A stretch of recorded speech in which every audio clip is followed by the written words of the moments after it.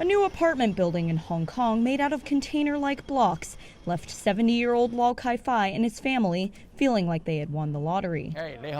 His new 290-square-foot flat is relatively spacious by Hong Kong standards. Hong Kong is one of the most crowded urban areas in the world, and Lau is one of the first beneficiaries of the city's latest attempt to address this by building transitional homes for people waiting for public housing. His new space is a far cry from apartments in other big cities like London or Tokyo. But it's more than triple the size of where him and his family used to live, cramped in a subdivided flat otherwise known as one of Hong Kong's infamous coffin homes. Lau's wife, Tian Jiayu.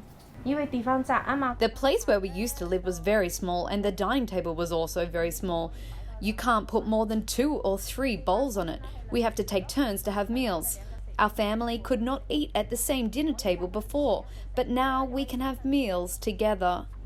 But not all locals are as lucky as Lau's family, who can bide their time in a temporary flat for the next 2 years. On average, the wait for public housing can stretch to over 5 years.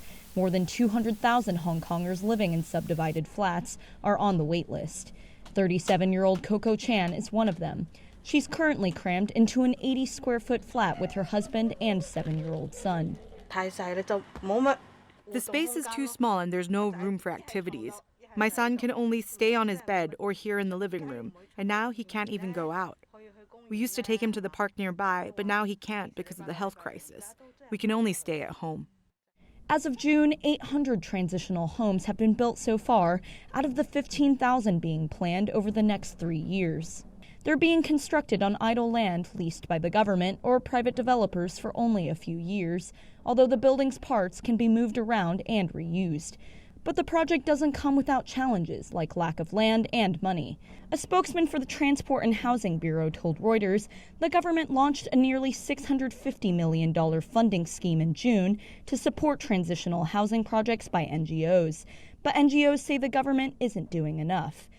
With more than 1 million of Hong Kong's 7.5 million residents being squeezed into poverty, the pressure is still on to find more permanent solutions to the city's serious housing shortage.